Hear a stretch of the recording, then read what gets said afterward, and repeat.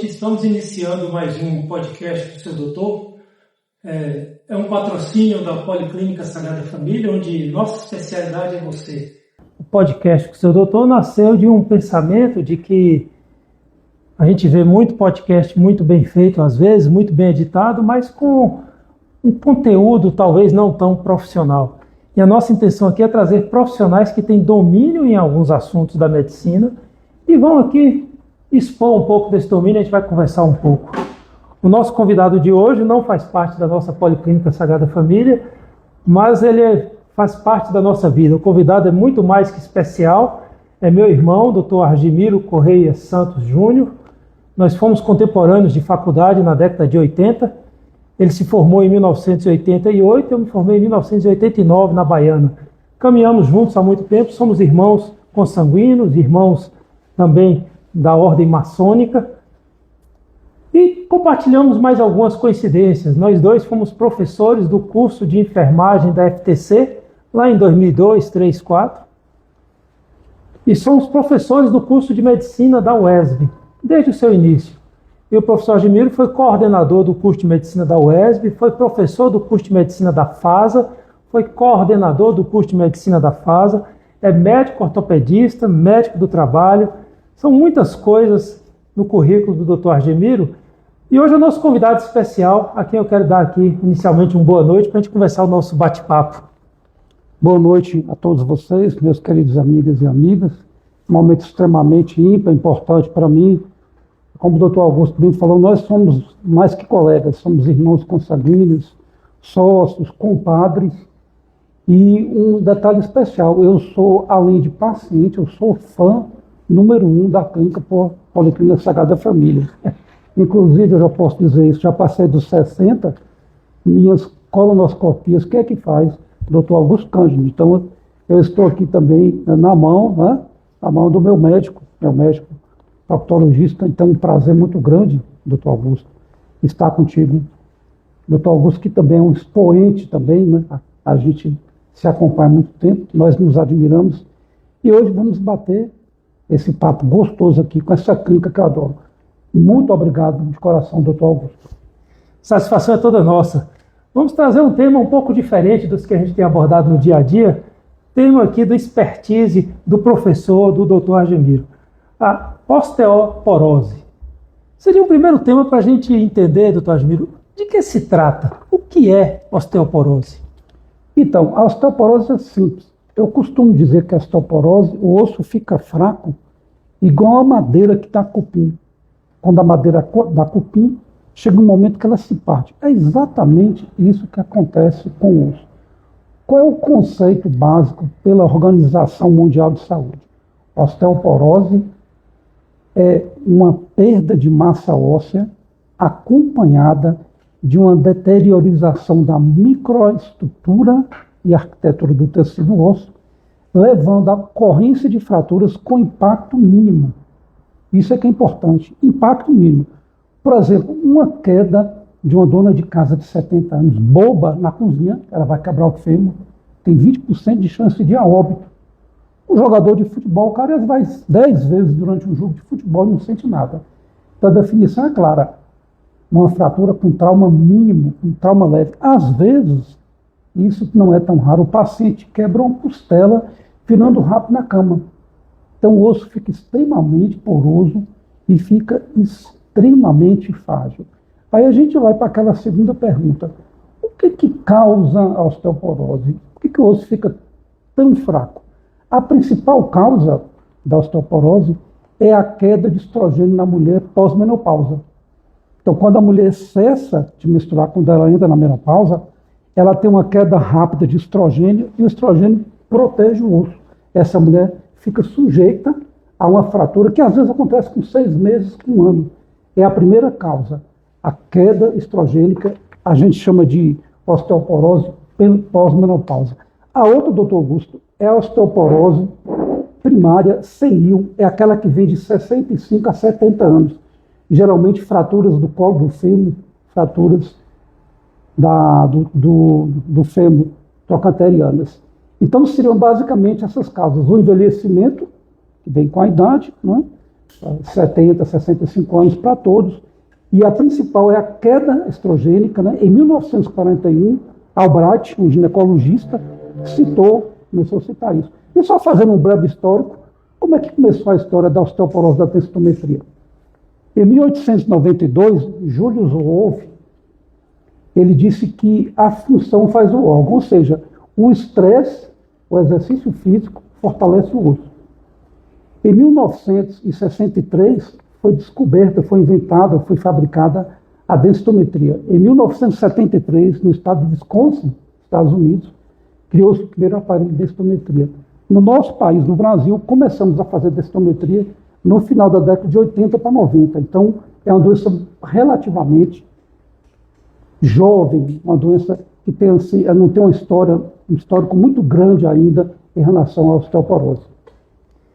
Interessante do conceito é que, por vezes, a gente vê o osso, parece uma coisa muito dura e parece um órgão inativo, que é uma coisa fixa, endurecida e que assim vai ser por toda a vida. Mas como a gente vê pelo conceito aqui, a senilidade ou a questão hormonal leva ao quê? Leva a absorções, a queda de deposição de cálcio. Como é que funciona isso do ponto de vista de reabsorção e fraqueza óssea com o passar do tempo? Então, o nosso osso, é interessante como o doutor Augusto falou, nós temos a ideia que o osso é aquela coisa dura, tipo, só tem cálcio igual o cimento. Não é bem assim. O nosso osso tem de 30% a 40% de matéria orgânica. Essa matéria orgânica é formada por células, os osteoblastos, e por colágeno tipo 1, que é o colágeno mais predominante, por proteoglicanos. Isso tudo forma uma parte mole e flexível. Daí a flexibilidade do osso. Tem estudos que dizem que um osso ele pode suportar, um fêmur humano, pode suportar até 1000 quilos. Por quê? Porque ele tem essa parte de colágeno tipo 1, que dá uma certa elasticidade e compressibilidade ao osso. Essa parte tem uma intensa troca com o organismo. O que acontece com o tempo? Há um predomínio da deposição óssea. O que é isso? O osteoclasto, que é uma célula gigante, multinucleada, começa a roubar cálcio mais do que o osteoblasto fabrica.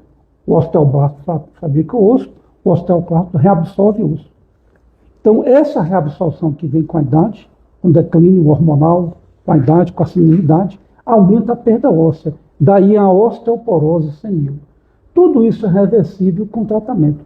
A doutora Augusto fala, quais são os fatores de risco para a osteoporose? Nós temos fator intrínseco, fator nosso, que nós não podemos não trazemos conosco, ou endógenos, e temos fatores extrínsecos ou exógenos. Por exemplo, quais são os fatores de riscos imutáveis? Sexo, por exemplo, a mulher, então, o sexo da mulher é mais predisposto por causa do declínio hormonal. A questão da etnia, mulheres brancas, as negras afrodescendentes têm menos osteoporose.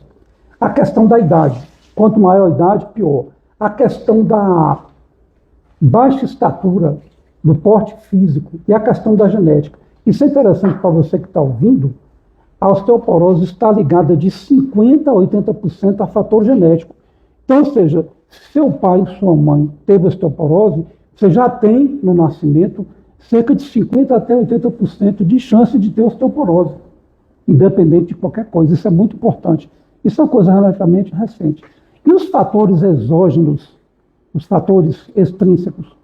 Por exemplo, exercício físico, alimentação, medicação. O corticoide, que é muito usado no reumatismo, nas colagenoses, as artrites reumatoides, os lúpus eritematosos, o paciente tem que tomar corticoide.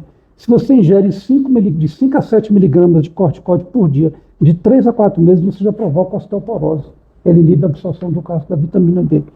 Café aumenta a excreção de cálcio. Fumo aumenta a excreção de cálcio e vitamina D, diminui a circulação, a nicotina. Álcool diminui a absorção de vitamina D e cálcio. Refrigerante tem um ácido fosfórico que rouba cálcio. Então, alimentação, hábitos, atividade física, sedentarismo, tudo isso você pode mudar. Então, você precisa mudar isso para você diminuir o potencial genético que você tem. Aí você fala, tem gente que não tem osteoporose? Tem. A gente às vezes surpreende, volta e meia a gente faz uma densitometria, voltando a falar em densitometria, nós fazemos densitometria desde o ano de 2000, há 26 anos já que nós fazemos, eu que dou os laudos lá, da densitometria. Então, às vezes você faz uma densitometria de um paciente de 70 anos, doutor Augusto, ele tem um osso mais forte do que um adolescente, genética. Acontece, genética. Então, quando você tem a genética para ter osteoporose, 50% a 80% você vai ter osteoporose de qualquer maneira. A não ser que você faça o tratamento medicamentoso que a gente vai comentar aqui no programa, e você exclua ou elimine esses fatores exógenos. Cálcio, exercício, sol, sedentarismo, etc. Como a gente vê, em medicina tem vários momentos onde a gente encontra um binômio da saúde que seria uma parte uma dádiva, fatores endógenos, intrínsecos, você traz contigo, e o outro aspecto do binômio é o comportamento. Muito da nossa saúde ou dos nossos adoecimentos estão associados aos hábitos de vida que nós temos. Marileda Correia manda um parabéns. Marileda Correia, nossa prima, nossa amiga. Clínica Humana Reprodução Assistida, parabéns. Bom, aqui não é a Clínica Humana, é a Sagrada Família, mas tem muito a ver com a Clínica Humana. A Clínica Humana de Reprodução Assistida é da doutora Dorodina, que é esposa do nobre Arginiro, que é minha cunhada, é minha comadre, e ficamos muito felizes também, porque até tem um braço da reprodução assistida que acontece aqui também na nossa Sagrada Família. Andréia Correia Cavalcante, muito obrigado, Andréia Correia Cavalcante, a Clínica Humana, a Marileda por participar aqui desse nosso momento. E Andréia pergunta, existe algum alimento que ajuda a prevenir a osteoporose? Excelente pergunta, excelente. Nós sabemos, André, boa noite, obrigado por sua ilustre pergunta, cálcio e vitamina D. Isso é clássico, é clássico. O cálcio participa de várias reações, mas o cálcio se fixa no osso. Como é essa química entre cálcio e vitamina D? A vitamina D, ela leva o cálcio até o osso. Então, nós temos que ter o suporte de vitamina D e do cálcio. Como é que nós adquirimos a vitamina D? 20 minutos de sol entre 10 a 4 horas da tarde, você ativa a vitamina D pelos raios ultravioleta pela pele. Então a vitamina D pega o cálcio e leva para dentro do osso. Então você precisa ter um aporte de cálcio e vitamina D. Aí você pergunta, Asmiro, qual é a dosagem? Mais ou menos, isso flutua de acordo com a idade, mais ou menos cerca de 800 a 1000 miligramas de cálcio. Asmiro, qual é o cálcio melhor? Há um consenso que o carbonato de cálcio, o cálcio de ostra, seja o que se fixa mais, que absorve mais. Então, cerca de 800 a 1 grama de cálcio por dia. Aí você fala, Admiro, eu posso ingerir essa quantidade de cálcio? Pode. Se você tomar 4 copos de leite, cerca de 1 litro de leite, vai dar mais ou menos 800 a 1 grama de cálcio.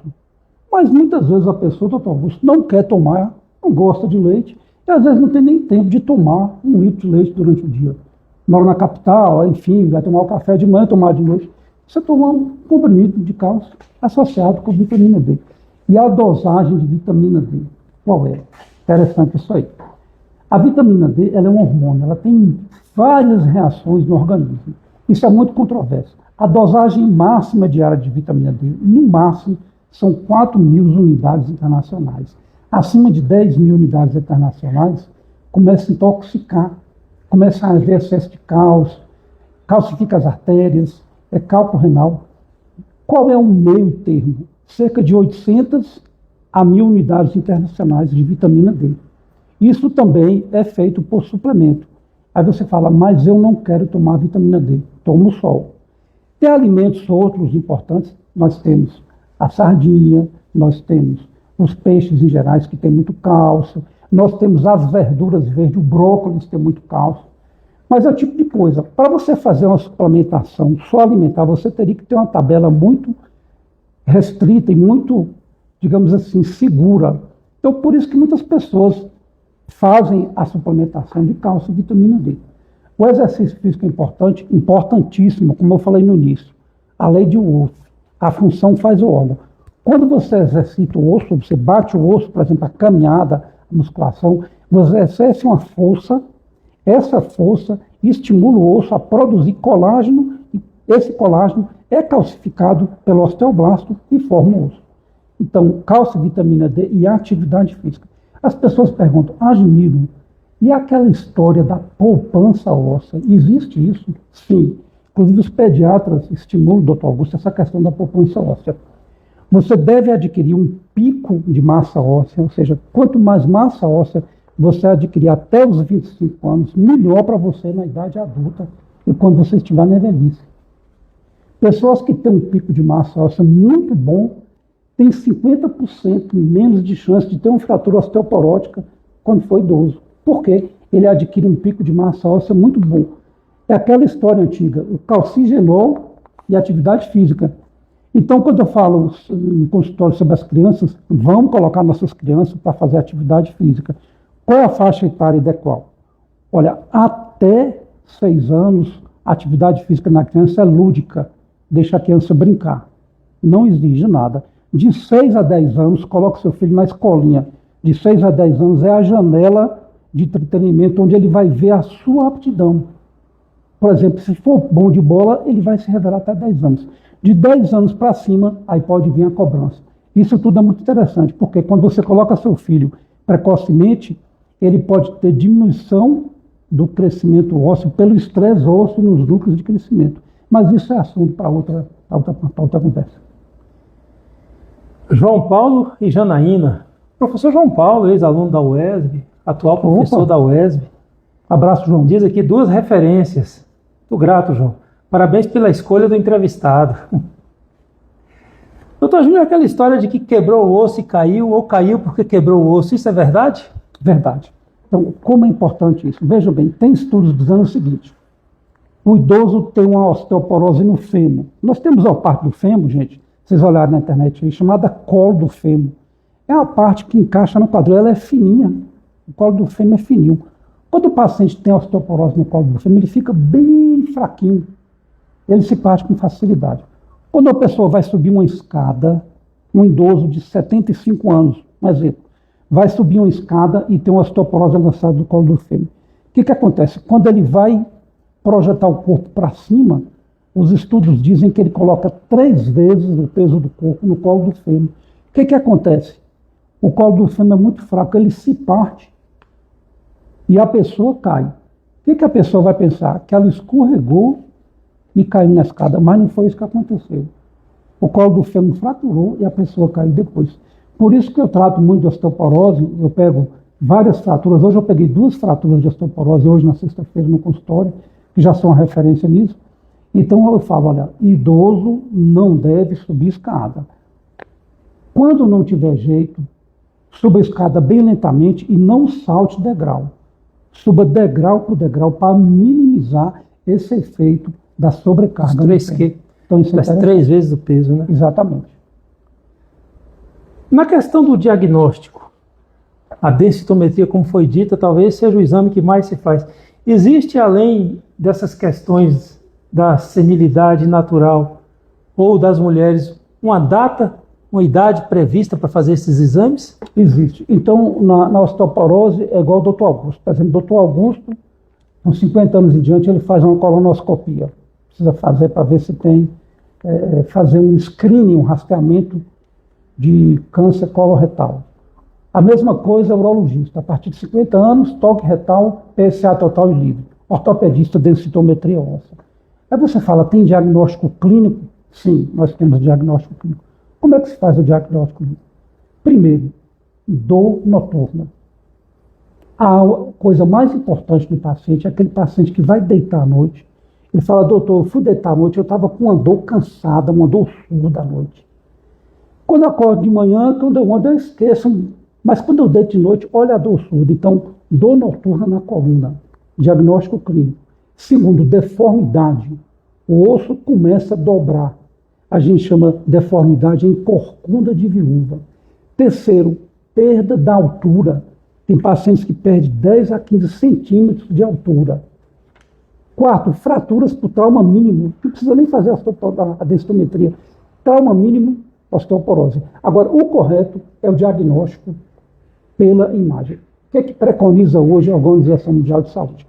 Você fazer um raio-x em perfil da coluna torácica e lombar para você surpreender fraturas assintomáticas, Veja bem a importância. 80%, doutor Augusto, da osteoporose é assintomática. 80%. Tanto que a osteoporose é chamada de ladrão silencioso. Por quê? A pessoa só descobre que tem osteoporose quando ele tem uma fratura dolorosa e incapacitante. Daí a importância do rastreamento do screening. Como é que é feito o screening? Densitometria óssea. O que é densitometria óssea? Vamos tirar os mitos da densitometria óssea. É uma mesa que tem um duplo feixe de raio-x. Então tem raio-x, mas vou explicar qual é a radiação. Esse duplo feixe de raio-x passa no osso e você compara esse exame com duas populações, uma pessoa de 40 anos e uma pessoa da mesma idade sua, mesmo sexo, mesmo peso. O diagnóstico é feito em relação de 40, que a gente chama de T-score. O diagnóstico secundário é feito em relação a você. Então você vai fazer um diagnóstico. Você devia estar com essa pessoa de 40 anos. E você faz o diagnóstico da osteoporose. Até -1, desvio padrão, é osteopenia. De -1 a -2,5, osteoporose. Acima de -2,5, osteoporose avançada. Acima de -2,5, com fratura, osteoporose estabelecida. Então, é simples fazer o diagnóstico. A questão do raio-x. O paciente chega na clínica, não vou fazer densitometria porque tem raio-x. Ótimo, tudo bem, tem raio-x, tem. Mas, gente, olha, um exame de densitometria, ele equivale a 10% de um raio-x de tórax. Então, é uma radiação muito baixa.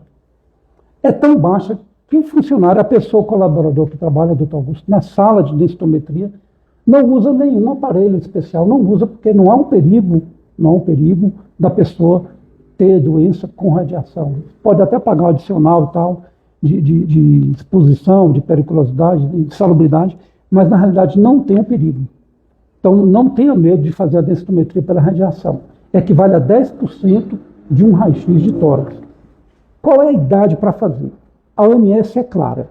Mulheres a partir de 65 anos, homem a partir de 70 ou 75.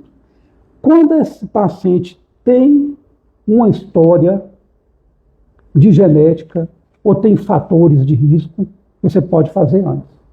Por exemplo, uma mulher de 45 anos, de 50 anos, que tem artrite reumatoide, que usa corticoide o dia todo porque ela não aguenta de dor. Uma pessoa que tem histórico de fratura prévia, uma pessoa que tem genética, você faz antes. A que se recomenda fazer nessas pessoas que têm fator de risco? Após 50 anos. Por quê?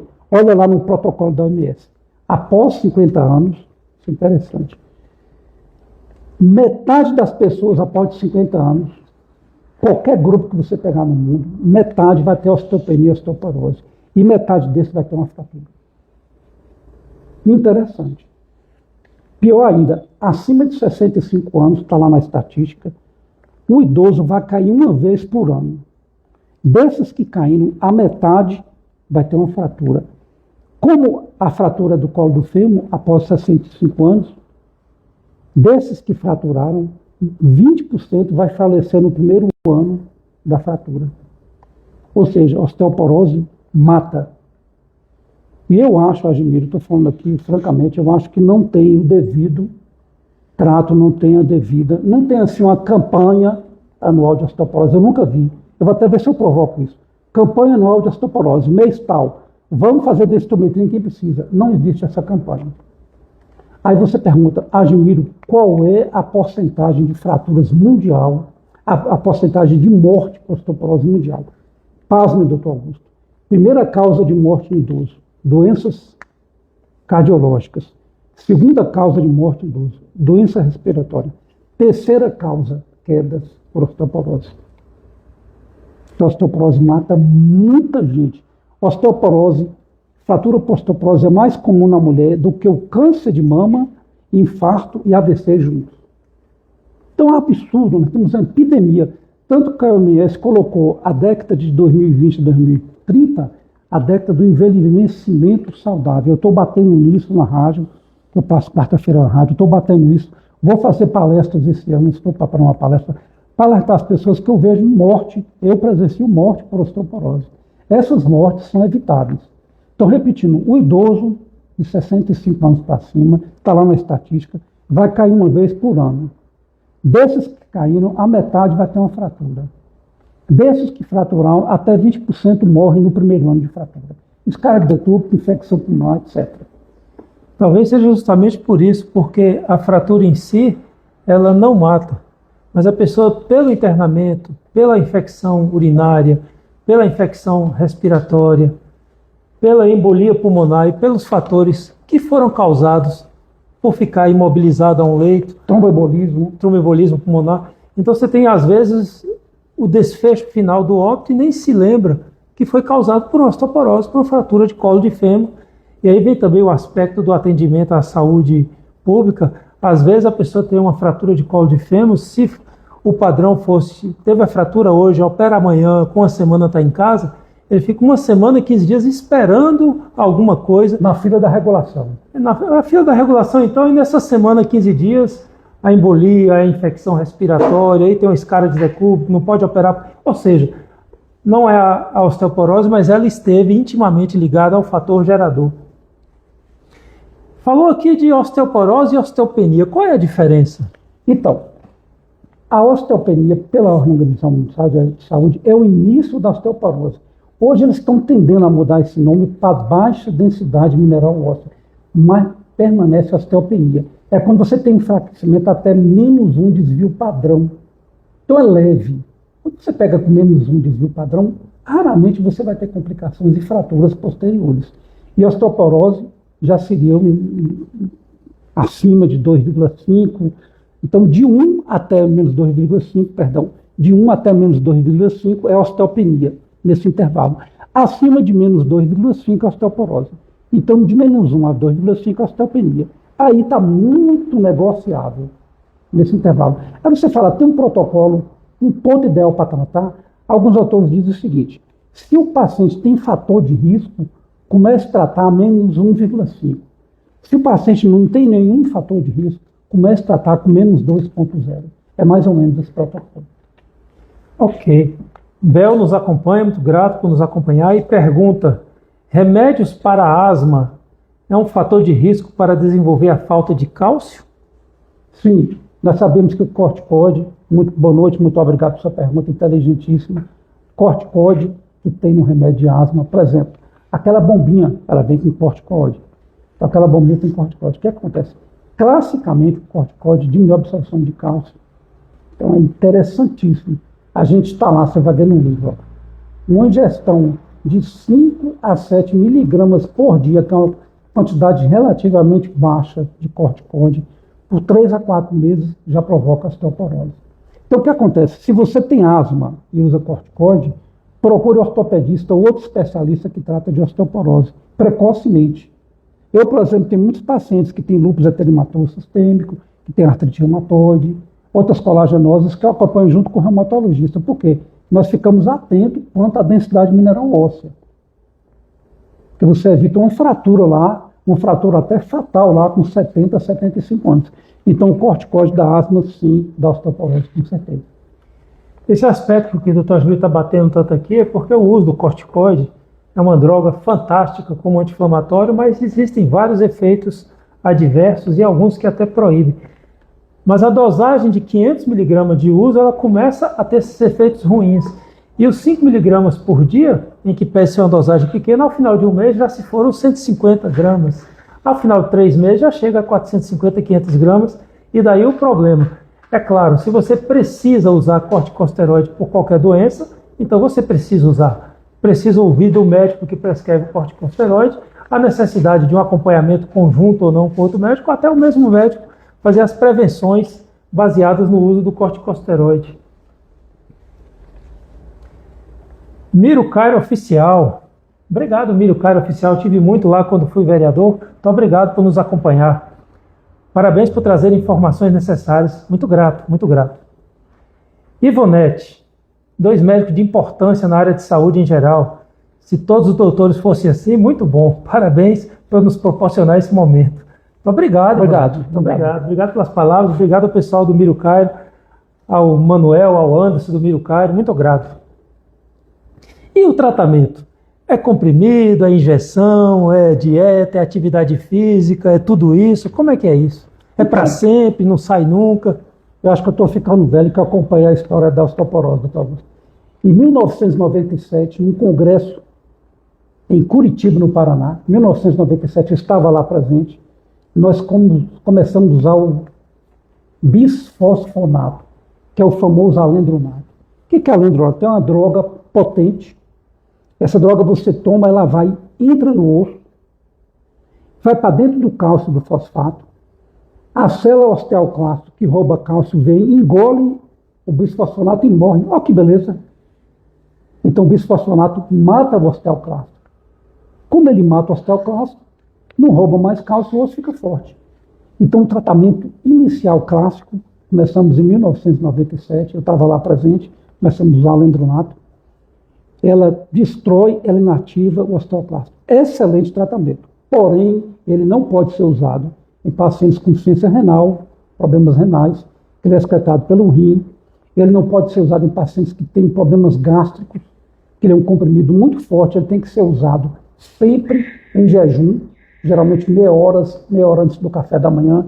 Nós temos o bisfosfonato mensal, que é o ibandronato, e temos o bisfosfonato anual, que é o ácido zoledrônico, que é injetável. Então é uma excelente droga. Aí vocês falam, tem outros? Tem. Mais recentemente, nós temos um anticorpo monoclonal, IgG2.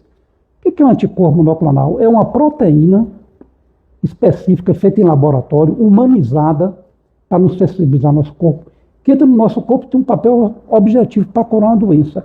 O denosumab, que eu uso bastante, que é uma injeção a cada 6 meses, ela tem um anticorpo que entra no nosso corpo, vai lá no osso, chega lá no osteoclasto e inibe uma enzima chamada RANKL.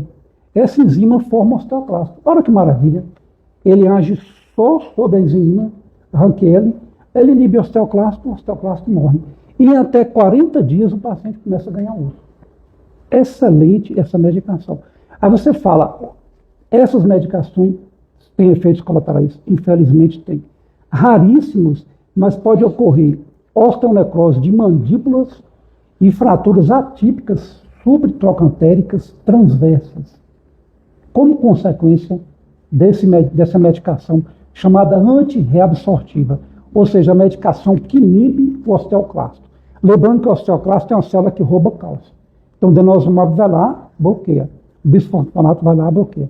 Aí o que é que os médicos fizeram, os cientistas? Vamos criar uma coisa melhor, vamos criar uma droga que cria osso, doutor Augusto, que não só inativa o osteoclasto. Aí criaram a teriparatida, nome comercial Fortel, uma injeção diária durante 24 meses. Um tratamento caríssimo, acho que é 3, 4 mil reais por mês, mas extremamente efetivo para aumentar a função do osteoblasto.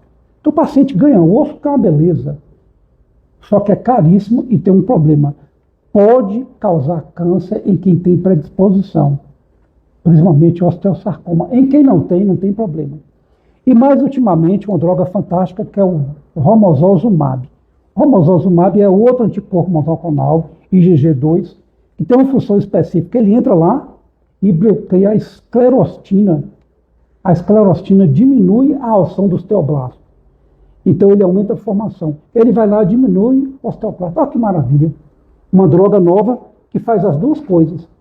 Aumenta a formação óssea e bloqueia a perda. O paciente ganha osso rapidamente. Esse tratamento é feito durante 1 ano, um tratamento caro também. Esse tratamento é liberado pelo SUS, a teriparatida não.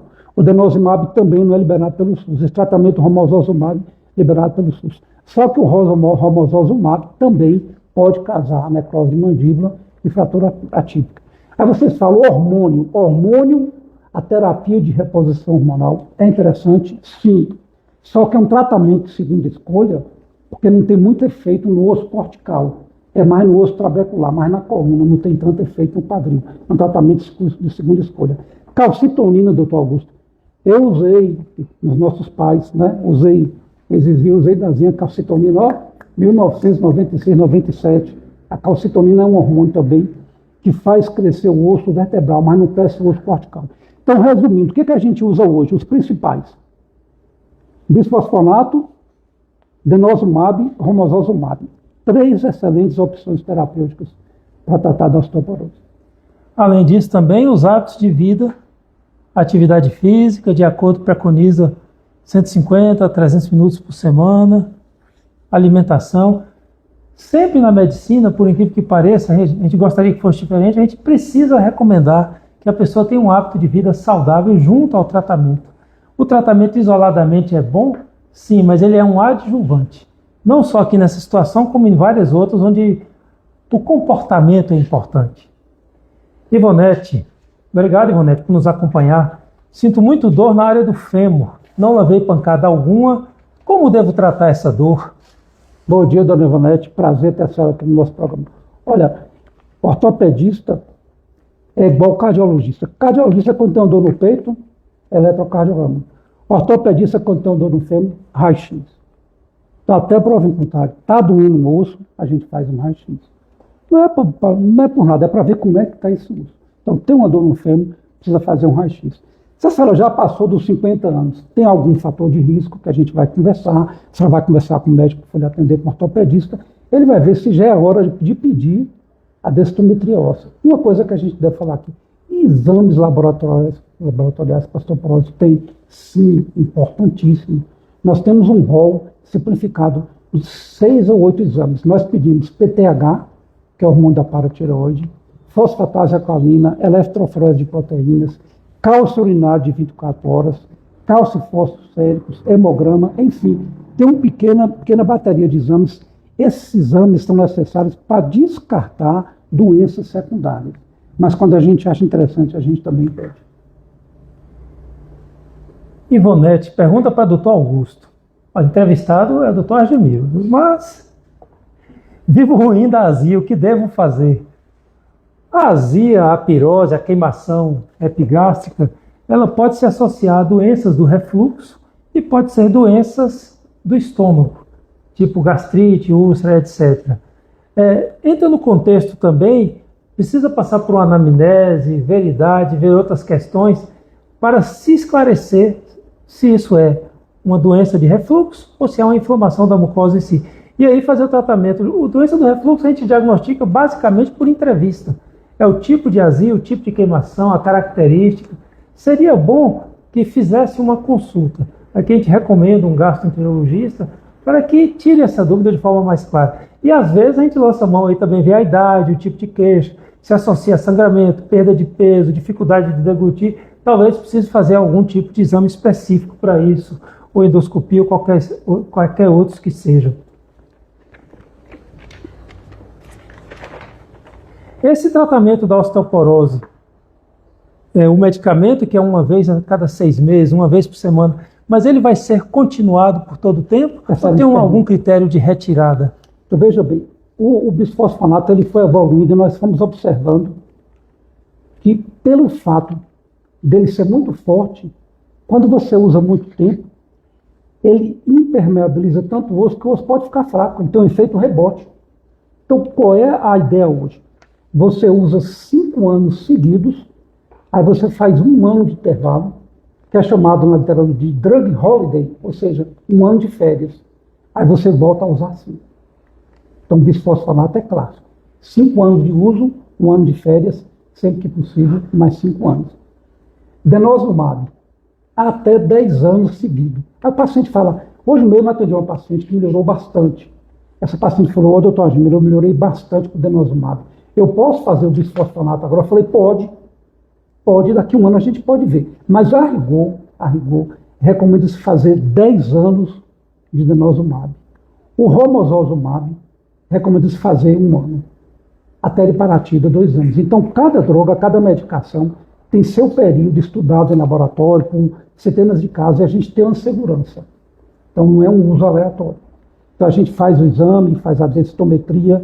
Eu costumo pedir essa bateria de exames para ver se tem alguma perda renal. É muito importante a função renal no paciente, porque o bisfosfonato, o risedronato, o endronato, tem que usar muita calma no paciente renal.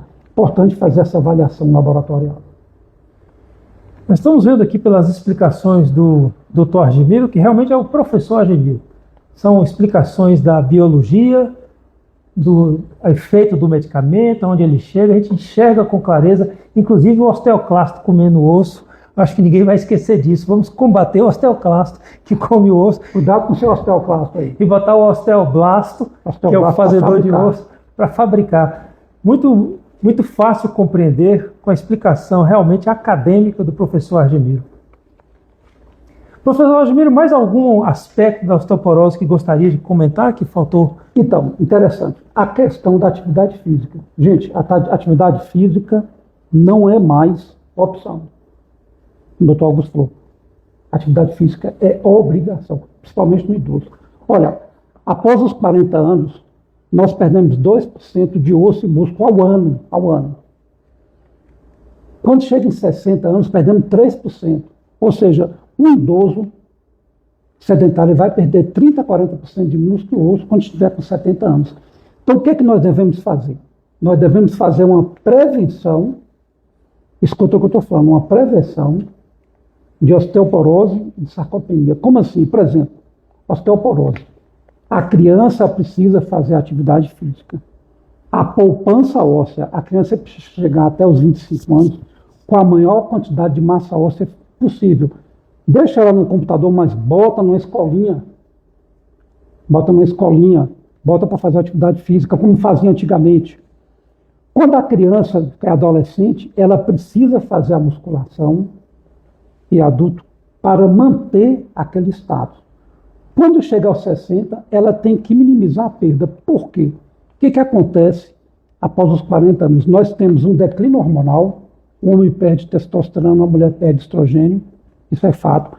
Nós temos uma redução de neurônio motor, nós temos uma redução de síntese de proteína, nós temos uma menor absorção de nutrientes. Isso é fatal, a gente vai perder força. Então a gente precisa lutar contra isso. Aí vocês falam, isso é até tema para outro momento, os suplementos são interessantes, muito interessantes, mas a atividade física, ela vai produzir mais de 300 substâncias, chamadas miocinas. Essas miocinas, elas melhoram a memória, o aprendizado, elas substituem a gordura branca por gordura marrom, que é interessante. Ela produz 3 hormônios de atividade física. O doutor Augusto sabe disso também, tanto quanto eu. A endorfina, a dopamina e a serotonina. A partir de 30 minutos. Esses hormônios são fundamentais. E você tem que usar o quê? Bom, você chegou com 40 anos, começa a ficar fraco. Você precisa suplementar. Hoje é uma realidade. Quais são os suplementos universais? A única unanimidade mundial hoje é a creatina. A creatina é uma molécula forte formada de glicina, arginina e metionina, 3 aminoácidos. Essa creatina, ela fornece energia rápida, ela melhora a memória, a atenção e o aprendizado. Isso tudo faz com que você previna doenças neurodegenerativas, demência e Alzheimer. Então a creatina é unanimidade. Aí você fala, e o whey, o BCAA, que é um aminoácido de cadeia ramificada? Pode ser usado, dependendo de cada caso, mas pelo menos a creatina. Proteína, doutor Augusto. Proteína, são formadas por 20 aminoácidos, é a base do músculo. Proteína precisa ser ingerida todo dia. Qual é a quantidade de proteína? Está lá no livro. Paciente a partir de 40 anos, idoso principalmente, tem que ingerir de 1 a 1,5 gramas por quilo de peso ao dia. Por exemplo, você é idoso e tem 60 quilos. Você precisa ingerir de 60 a 90 gramas de proteína ao dia. Precisa procurar um nutricionista? Você pode até procurar, mas a gente tem uma tabela aproximada. Por exemplo, um ovo de galinha normal tem 6 gramas. Um bife tem 30 gramas. Uma colher de leite desnatado tem 3, 4 gramas. Feijão tem muita proteína, brócolis tem muita proteína. Então, no dia a dia, a gente pode estar até ingerindo a quantidade normal de proteína. Então, qual é a prevenção? A prevenção em relação à sarcopenia, que é muito importante, osteoporose, é você ter uma alimentação saudável e atividade física. Gente, qual é o melhor exercício físico? Musculação. Não tem jeito. É o exercício contra a resistência, onde você produz a maior quantidade de miocinas, que são mais de 300, e esses hormônios que nós falamos. Aí a pessoa fala, mas eu gosto de caminhar. Mais ou menos, não é essa para sempre toda, não. O melhor é realmente a musculação. Aí você fala, qual é a quantidade de exercício físico? Anota aí. Idoso acima de 65 anos, está lá no protocolo da Organização Mundial de Saúde. Você tem que fazer 150 minutos de atividade intensa, o idoso, ou 300 de atividade moderada. Vamos trocar em miúdos? Então o idoso precisa fazer pelo menos 3 dias de musculação. Puxar ferro de boa na academia. Ah, eu não gosto. Amanhã você começa a gostar. Isso é uma questão de sobrevivência, não é uma opção. Legal? Desculpe a veemência. Né? Esse negócio de gostar, bom, eu faço academia há muito tempo, porque entendi que deveria fazer, e algumas pessoas lá da academia falam, Augusto gosta muito, não falta. Eu falo, olha, eu gosto mesmo, dizer para vocês, eu gosto de uma cervejinha, eu gosto de um churrasco, a gente gosta bastante, mas isso, a cervejinha, o churrasco, a gente faz eventualmente, porque também não pode fazer todo dia musculação, ou gostando, ou não gostando, faça musculação. Mas eu não poderia trocar a musculação, já que é um exercício resistido, pela calistenia ou pelo pilates? Com certeza, com certeza. A calistenia, para quem não sabe, é quando você usa o próprio peso do corpo. Se você pegar na internet, tem lá assim, 10, 15 tipos de calistenia que você pode fazer em casa na frente da sua televisão. Tranquilo. O pilates é excelente. Também são atividades físicas contra a resistência. Agora, o que potencializa mais, sem sombra de dúvida, é a musculação. Mas pode ser substituído pela calistenia e a musculação. O idoso que tem muito tempo deve fazer o quê? 3 dias de musculação e 2 de pilates. Estamos conversando. E se quiser fazer sua caminhadinha, que é o aeróbico, não faz mal. Desde que você não deixe de fazer a sua musculação. Eu tenho uma rotina hoje, eu faço musculação de manhã e caminhada no final do dia. Foi a forma que eu encontrei melhor para... Bom, nós já temos aqui quase 1 hora. Estava pensando em outro tema, mas a gente pode deixar para outro dia, né, doutor Júnior? Vai ser um maior prazer falar com vocês. Eu gosto muito de falar, principalmente para idoso. Nós estamos na década do envelhecimento saudável, 2020 com 2030. A gente pode vir aqui depois falar só sobre nutracêutico, sobre suplementos. Vai ser um grande prazer, doutor. Vamos falar um outro dia. O doutor Asmiro falou aqui da história da colonoscopia. Esse mês de março que se inicia agora, nós vamos fazer alguns podcasts sobre o Março Azul, que é a campanha de prevenção do câncer de intestino, que é um dos cânceres mais comuns, hoje, tanto em homens como mulheres, e é um dos cânceres mais previsíveis e preveníveis. Então vamos conversar, mas também vai ser tema de outros momentos. Aqui apenas neste momento, agradecer aqui a você que nos acompanhou, muito grato por estar conosco, nos acompanhar, agradecer ao professor Asmiro, que realmente mostrou como é que se explica academicamente, é um professor de sala de aula, conhece como fazer a explicação chegar ao seu conhecimento final, como chegar ao seu objetivo final. E deixar aqui o professor Asmiro as suas considerações finais sobre o nosso podcast. Gente, rapidamente, perda de massa muscular. Como prevenir? Atividade física e alimentação. Tá? Isso é fundamental. Quais são os passos?